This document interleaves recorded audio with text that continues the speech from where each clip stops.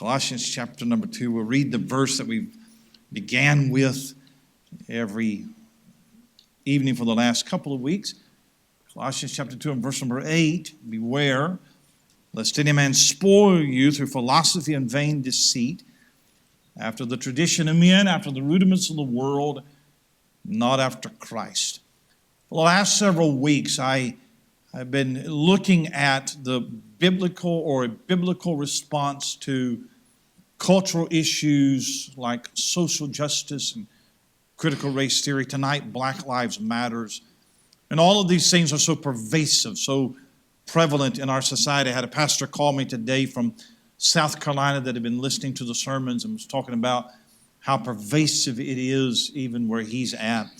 And tonight, I'm not going to take the time to review the material that I've covered in the last couple of weeks. If you've missed it and are interested, the sermons are on the website. You can find it there. But we talked about terms that are in the news: social justice, critical race theory, white privilege, white fragility, intersectionality, virtue signaling, things of that nature. There has been a pushback from some states on teaching critical race theory in the school systems. And critical race theory is the mantra that there are only two categories of people. There are oppressed and there are oppressors. And if you are a white, heterosexual, cisgender male, you were born a boy and you're still glad to be a boy. That's what that means. If you're a white, heterosexual male, then you belong to an oppressor group, and you are, by association, racist and homophobic and misogynistic and sexist and all of that. And if you are a black person or any other a number of identities, then you are a victim, whether you have ever felt victimized or not, or been personally discriminated against. And critical race theory is taught in the military, it's taught in government, it is taught in corporations, it is taught in universities, it is taught in elementary school. I know that Iowa, Oklahoma, and Tennessee, those three states have passed laws banning critical race theory in their state schools. And I want to say that Florida and Texas has, but I'm not sure. I'd have to verify that, but I believe that Florida and Texas have as well. Now, when you have been thoroughly brainwashed by the social engineers that are cramming critical race theory down your throat, and when you have been awakened to your complicit guilt by association, then you are said to be woke. You are woke at that point. That also means that you have forfeited the right to think for yourself, that you're willing to swallow whatever is shoved down your throat. And one of the places that critical race theory is being taught is in large corporations. And I can give you 100 articles, and you've probably read them, of corporations that are forcing their employees to undergo sensitivity training and seminars on white privilege and all of that. And everybody from Gillette to Nike to Target to Starbucks. And if you want to boycott them all, you'll basically have to boycott everybody. You may have heard in the news recently that Coca-Cola is one of the large corporations to go woke. And they were forcing their employees to go through sensitivity training and telling their white employees, quote, to try to be less white. Now, I'm not sure exactly how you do that. They did receive a lot of backlash against it, and they tried to reverse the course, but Coke went woke. That's what happened. Now, here's what's so funny about it, is that Coca-Cola was founded by a man named John Pemberton in 1884. And John Pemberton was wounded in the Civil War, and he worked up this concoction that he thought would heal him, and it never did. So after the war, he started selling it as a drink, and you have Coca-Cola. But here's the ironic thing about it. John Pemberton was a slave owner. When he and his wife had their first child, his father sold him 2 black slaves to help them run the household. And I just think it's ironic that Coca-Cola wants to lecture you about white privilege. They were founded by a white man that was a slave owner. I just see irony in that. Now, the wokest place on earth is Disneyland, all right?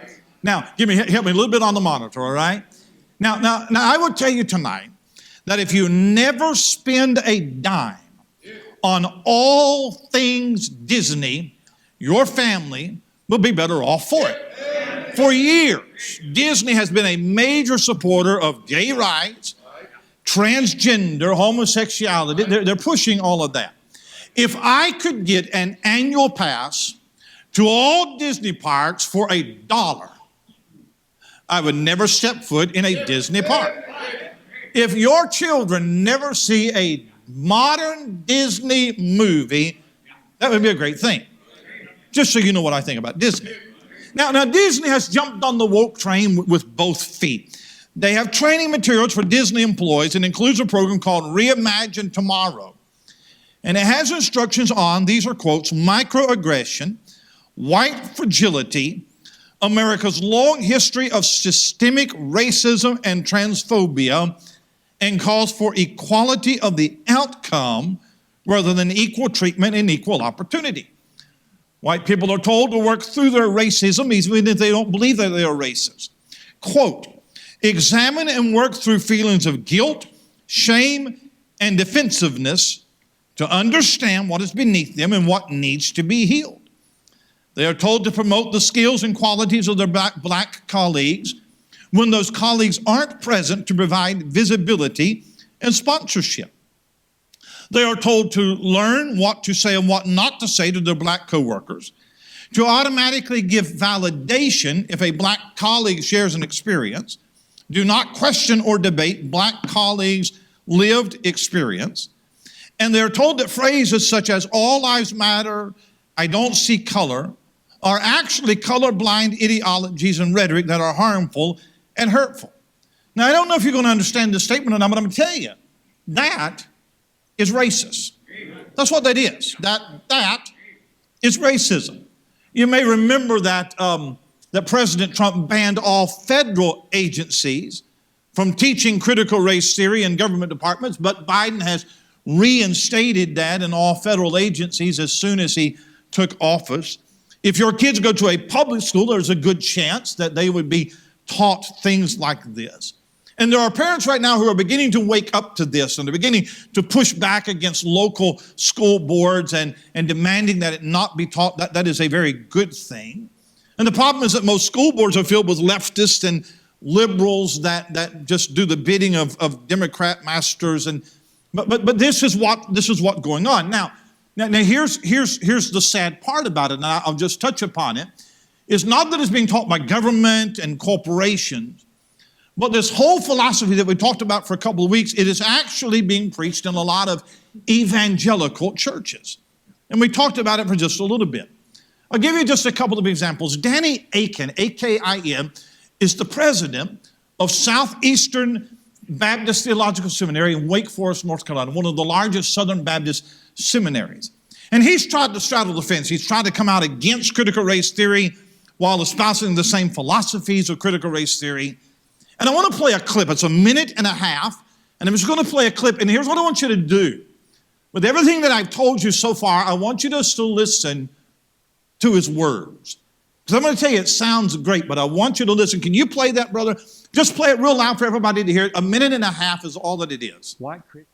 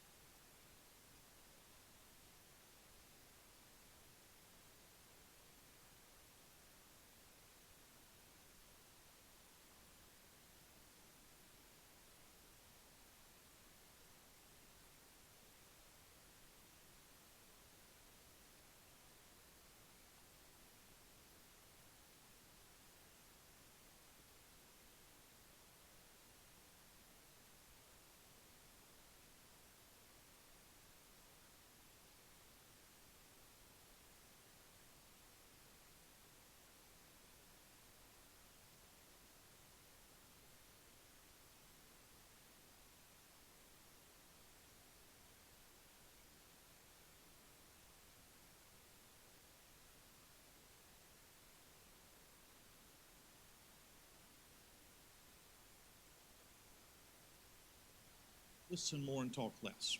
Absolutely. But listen to the words. Build a culture for racial reconciliation and kingdom diversion. Kingdom diversion. White evangelicals have to become better listeners, be willing to surrender power, to surrender leadership at the table. Now, we're all for racial reconciliation. I'll talk about that tonight. We're all for inviting any minority to the table. But what he is saying is that whites are privileged, that they don't understand what it is to be discriminated against, and the only way to heal this is to give up some of your privilege. That's exactly what he's talking about. He talks about surrendering leadership at the table, which is partial tongue for hiring more minorities instead of whites. That's called affirmative action is what that's called. All right? And if he really did believe surrender leadership at the table, then why don't he surrender his? Because he believes it for you, but not for him. Matt Chandler's a guru. He's the pastor of the Village Church in Flower Mound, Texas Southern Baptist Church mega church. And he's a guru for the young, restless, and reformed guys, all the young guys that are going reformed and what have you. So he's a big guy in the evangelical reformed world. And his church is so big that when they hire staff, that they hire a human resources agency, a headhunter, to find new elders and new pastors for their church. So they asked him. They said, if we have a white candidate and he is an 8 on qualification, we have a black candidate and he's 7, which one do you want us to hire? He said, I'll take the black 7. They said, all right, if we have a white candidate and he's an 8, and we have a black candidate and he's a 6, what do you want us to do? He said, I'll take the black 6.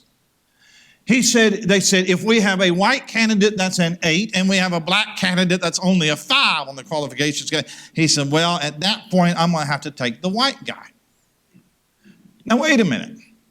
So much for 1 Timothy 3. Biblical qualifications for an elder. That is affirmative action because cultural diversity is most important. The best man might be a black man. But this crowd is always denying racism while implicitly being involved in racism. That is racism at its best. If discrimination against a black person is wrong, then discrimination against a red person is wrong as well. And so they're decrying racism, but I say that they're involved in racism. Now, here's who's pushing it. Here's who's pushing racism in America. And America's divided like I've never seen it before. And that is Black Lives Matters. Black Lives Matters. In 2013, George Zimmerman, you remember the name, was acquitted of murder when he shot a teenage boy, Trayvon Martin. When he was acquitted, I watched most of the trial. When he was acquitted, there was a civil rights activist named Alicia Garza. And Alicia Garza put on her Facebook just a post. And in the post, she said, I continue to be surprised at how little Black lives matter. And then she went on to say, our lives matter. Patricia Cullors, who was another civil rights activist, she read that post. She took the phrase, Black Lives Matters, put a hashtag in front of it, and put it on Twitter.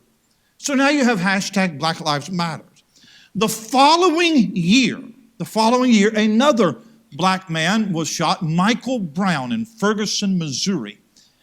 When he was shot, then Patricia Cullors, again, hashtag Black Lives Matters, and it went viral. That is how Black Lives Matters took off.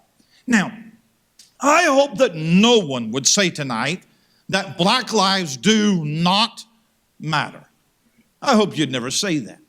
Every life matters because every person is made in the image of God. Jesus Christ died for every man. But you know as well as I do that Black Lives Matters is not just a statement about a person's worth. It is a political activist organization that uses racial divide to divide us for a radical leftist agenda. When you go out in public, you'll see people wearing a hat or t-shirt that says Black Lives Matter. Now, what do you think would be the outrage if you substitute black for any other word? Jewish, Asian, all lives. In fact, we're told that substituting all lives matter for Black Lives Matter is tone-deaf whiteness.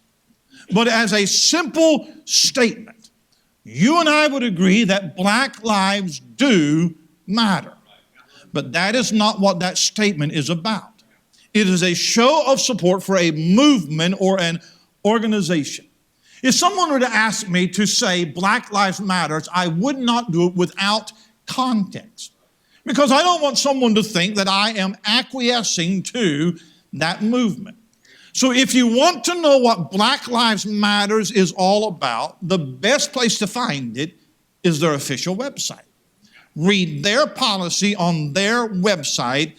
You'll know what Black Lives Matters is all about. Well, Aaron, can you put the first quote up for me? Here's from their website. We are unapologetically black in our positioning. In affirming that Black Lives Matters, we need not qualify our positioning. Now position is a key word in critical race theory, and it goes along with intersectionality. And positioning is a notion that your position, racially, sexually, gender, whatever it might be, that's the only real value that matters.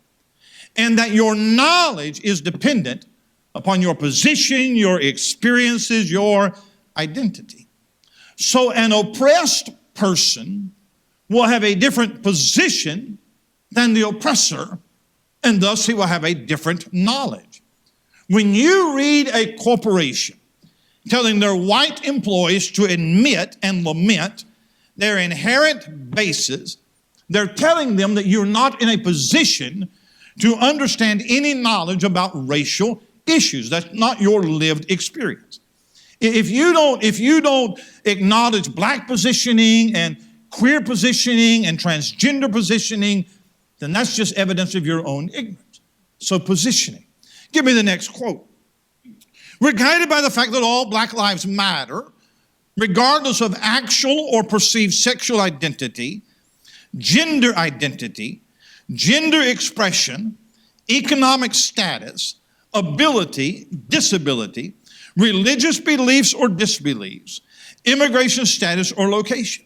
We make space for transgender brothers and sisters to participate and lead. We are self-reflexive, do the work required to dismantle cisgender privilege and uplift black trans folk, especially black trans women who continue to be disproportionately impacted by trans antagonistic violence. Now, what does a movement that is dedicated to justice for black people care so much about transgenders? Because it's intersectional. Blacks and transgenders are both oppressed group. It is intersectional. Black Lives Matters is not an organization that is concerned for the justice of black people. It is a Marxist organization devoted to the overthrow of the heteronormal culture. That's what they're devoted to. It might not surprise you that Alicia Garza, one of the three founders of Black Lives Matters, is a lesbian who is married to a transgender man. So it's no surprise that they care about the transgender so much. Next quote, we build a space that affirms black women and is free from sexism, misogyny, and environments in which men are centered. Patriarchy, that's a male-dominated culture. And so social justice seeks to downplay the role of the father, male leaders in society. So Black Lives Matter is an advocate of racism, transgenderism, and feminism.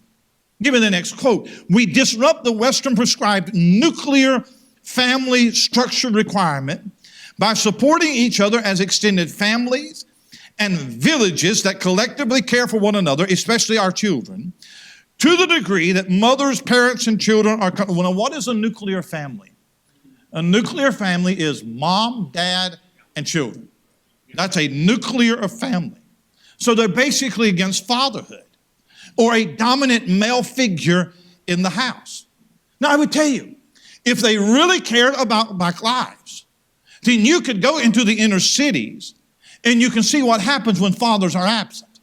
Higher crime, higher poverty, higher drug usage, higher sexual abuse, higher abortion rates. You need dad, there's what you need. They're determined to tear down the nuclear family. Now, you can do your own research. Black Lives Matters is an organization that no Christian should ever support. On their platform, it is built on the premise that the greatest threat to young blacks in America are racist police officers killing them. It is a movement of vengeance, not reconciliation. It promotes black power. It promotes homosexuality and transgenderism. It demands reparation. They want to abolish prison and defund police, and they don't care about black lives. And here's why I say that. 1 out of 3 black babies in America will be aborted. 800 a day.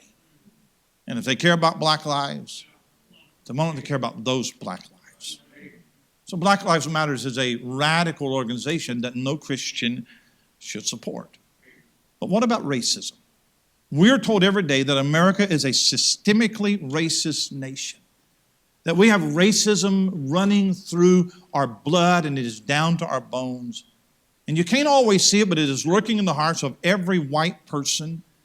And this virus is particularly present in police departments, that blacks are being killed in astronomical numbers by bigots that are wearing a badge and a gun. And that's the narrative that we're told every day. So what about racism in America? I disagree with everything that Black Lives Matter stand for. But that doesn't mean that we don't care about black lives. Now, in order to talk about racism, you have to lay several parameters down, all right?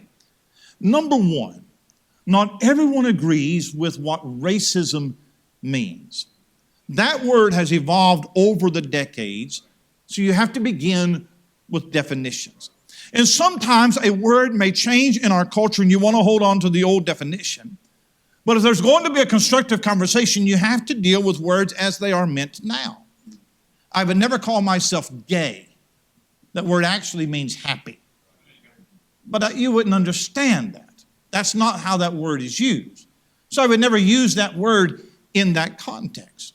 So you can go and you can look at all kinds of definitions. This is from Lexico that's powered by Oxford University. Here's one definition. It's representative. This is the definition I choose. Here's racism. Prejudice, discrimination, or antagonism by an individual, community, or institution against a person or people on the basis of their membership of a particular racial or ethnic group, typically one that is a minority or marginalized.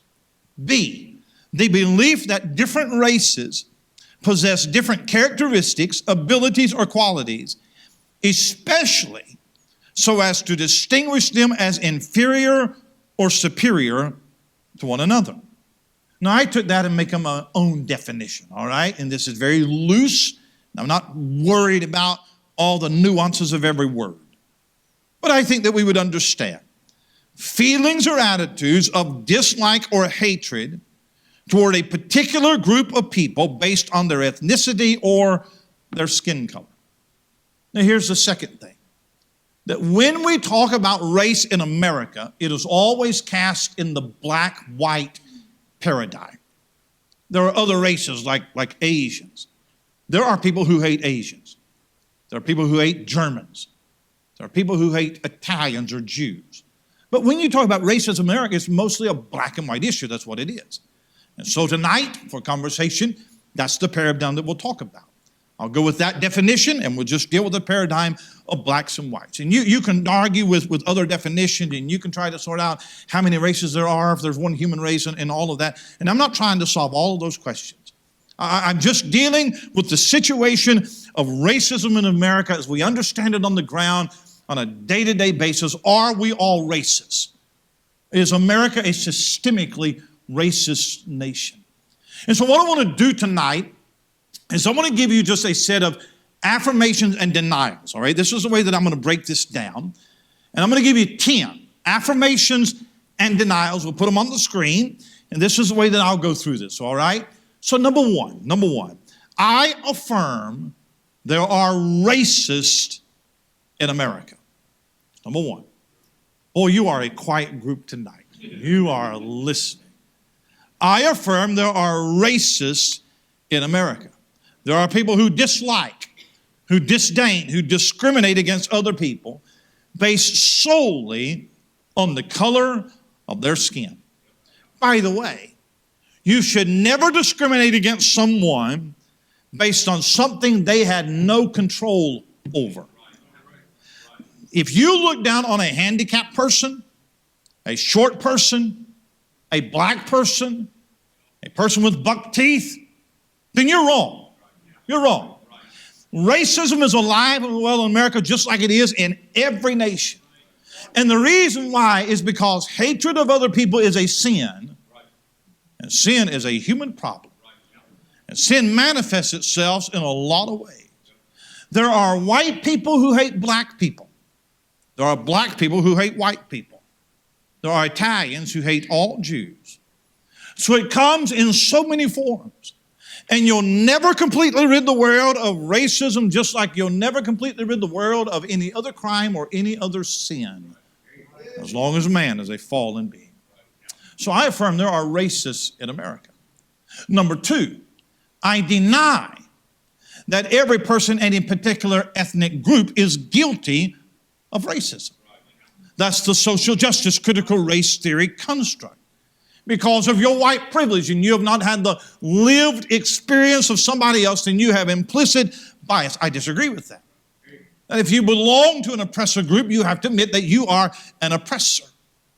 There are people tonight who have been taught that, and they believe that every white police officer is a racist and that you're a racist just because you are white. And I deny that. You know, for years we've been told that it's wrong to stereotype. But how is that not doing the exact same thing that we've been told is wrong to do?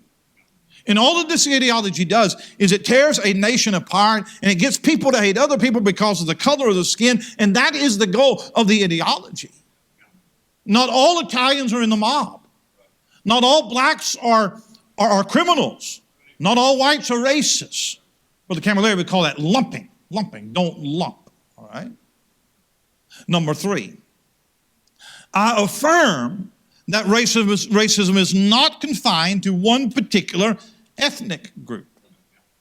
There is as much racism in the black community as there is in the white community. There are Mexicans who hate Anglos and Russians who hate the Polish. And there are Germans who hate everybody that's not German.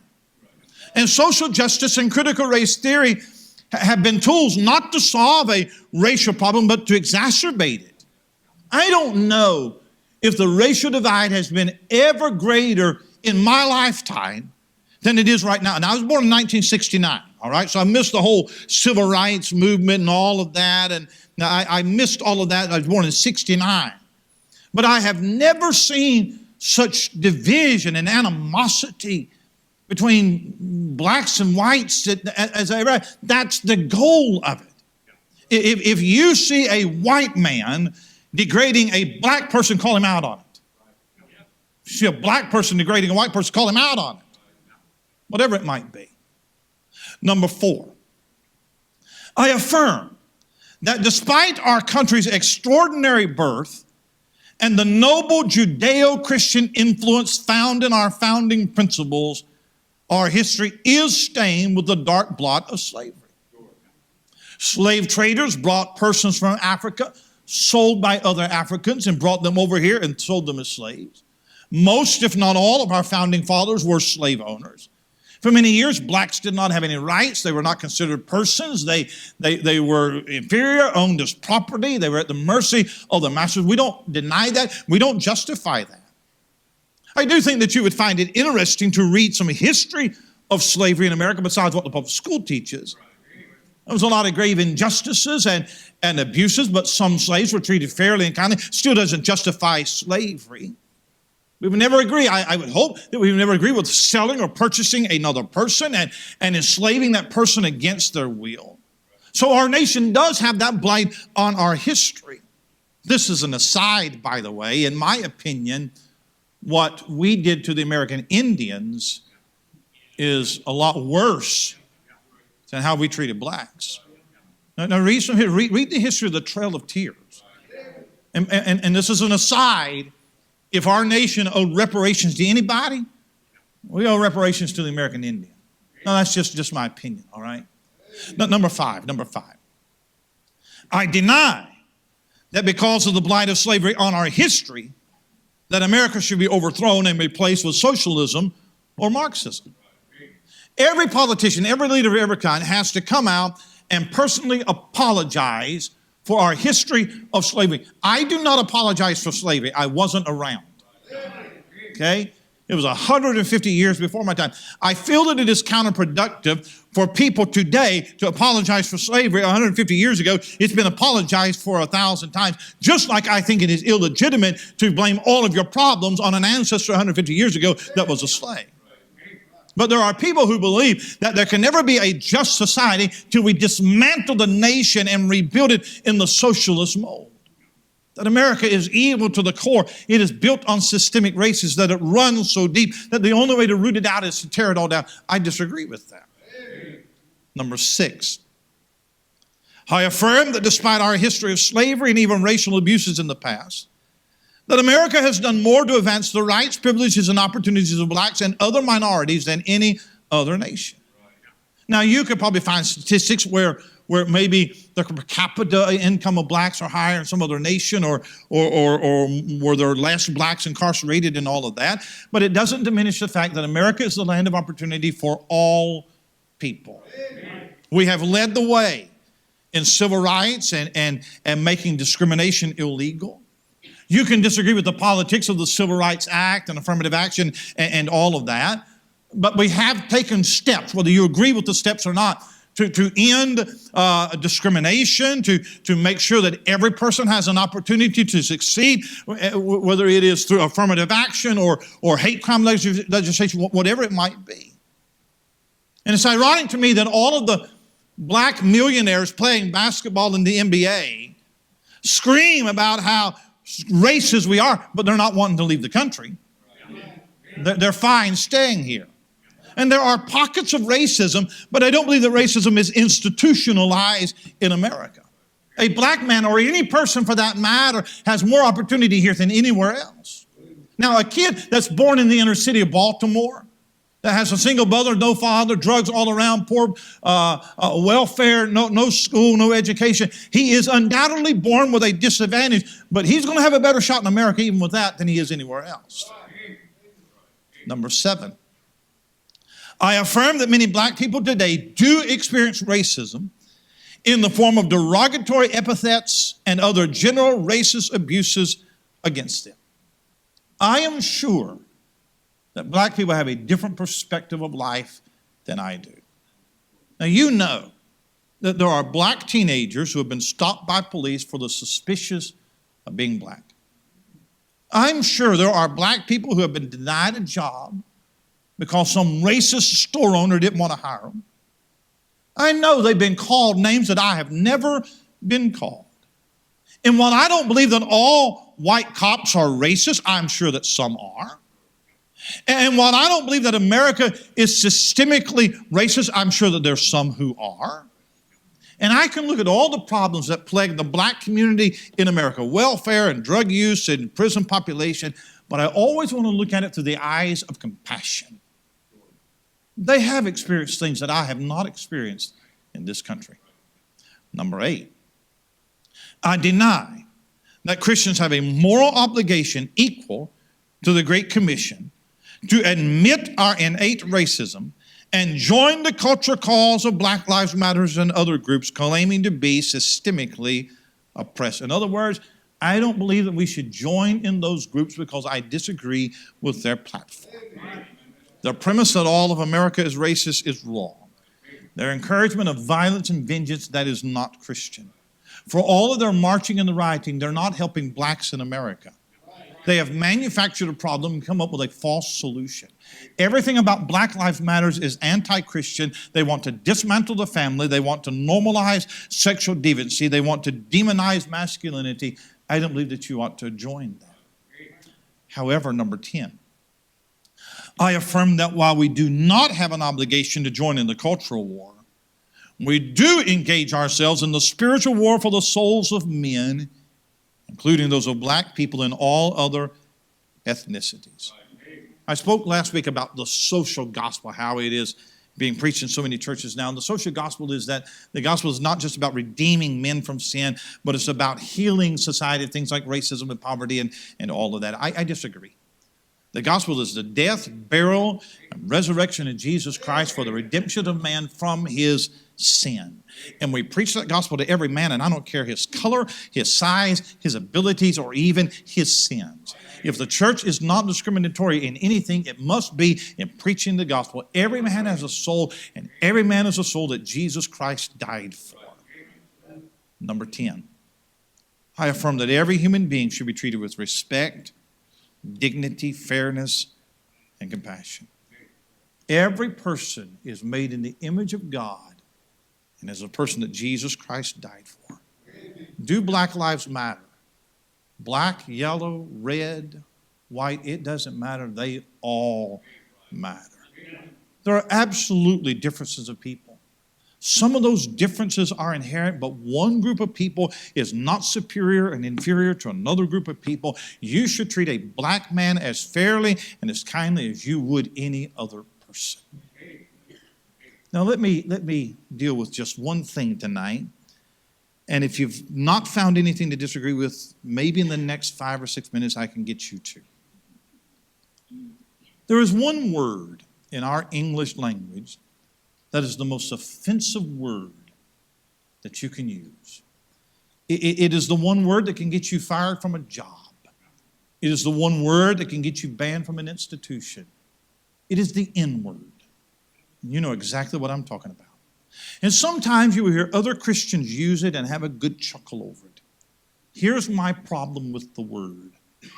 Why would you use a word that you know is very offensive to someone if you care about that person's soul? 1 Corinthians 10 and verse 32. Give none offense, neither to the Jews, nor to the Gentiles, nor to the church of God.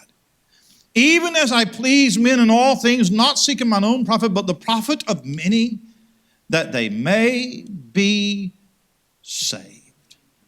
Here's what he's saying. Do not be purposefully offensive because it will hinder the gospel. If you purposefully offend a person and use a derogatory term, you go against the desire of the Holy Spirit to see that person get saved. You put up a roadblock that they will probably never be able to overcome. It has no place in the vocabulary to somebody who represents Jesus Christ. Look at Titus chapter 2 tonight. Titus chapter 2. Look at Titus chapter 2. Look at verse number 6. Young men likewise exhort to be sober-minded. In all things showing thyself a pattern of good works. In doctrine showing uncorruptness, gravity, sincerity. Sound speech that cannot be condemned. I don't see how using that word as a pattern of good works, that it shows gravity or sincerity or sound speech. It is certainly not speech that cannot be condemned. It can be condemned. You'd be hard-pressed to find a half a dozen people that wouldn't condemn that kind of speech. And by the way, if the lost people, the world condemns it, then Christians ought to condemn it as well. Look at James chapter 2. James chapter 2. Are we okay tonight? Look at James chapter 2.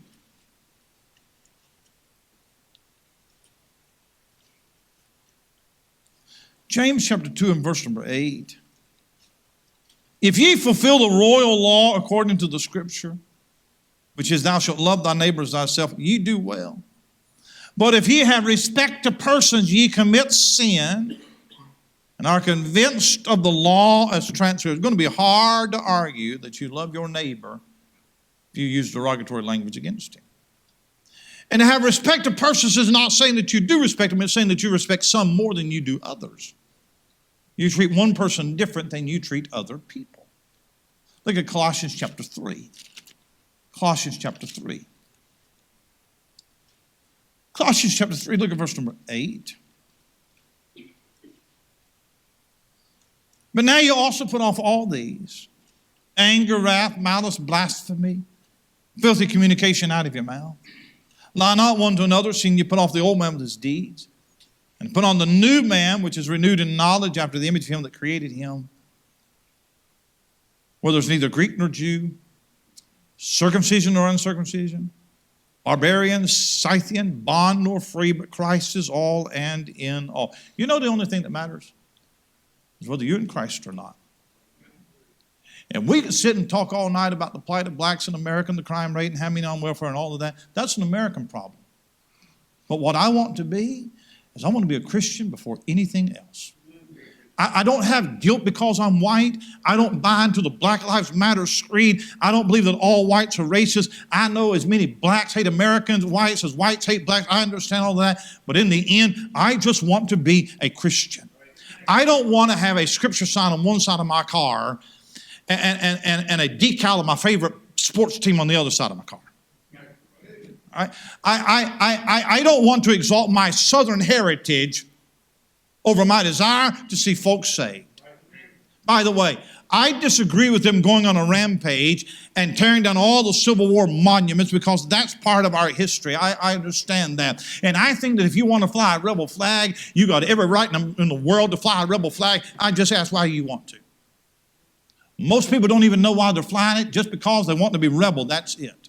That's it. But if I fly that thing and I stick it in the face of some black man who is offended by it, I'll never win him to Christ. What's supposed to be my concern anyway? Look at James chapter 3. James chapter 3.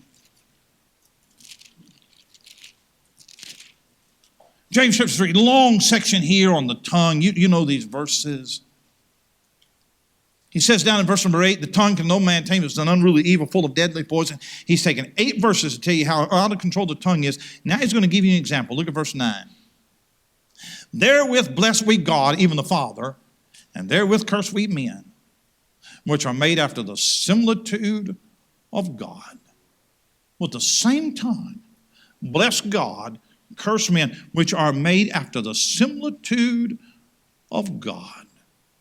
Cursing a man because he's a different skin color than you are is the direct opposite of blessing God.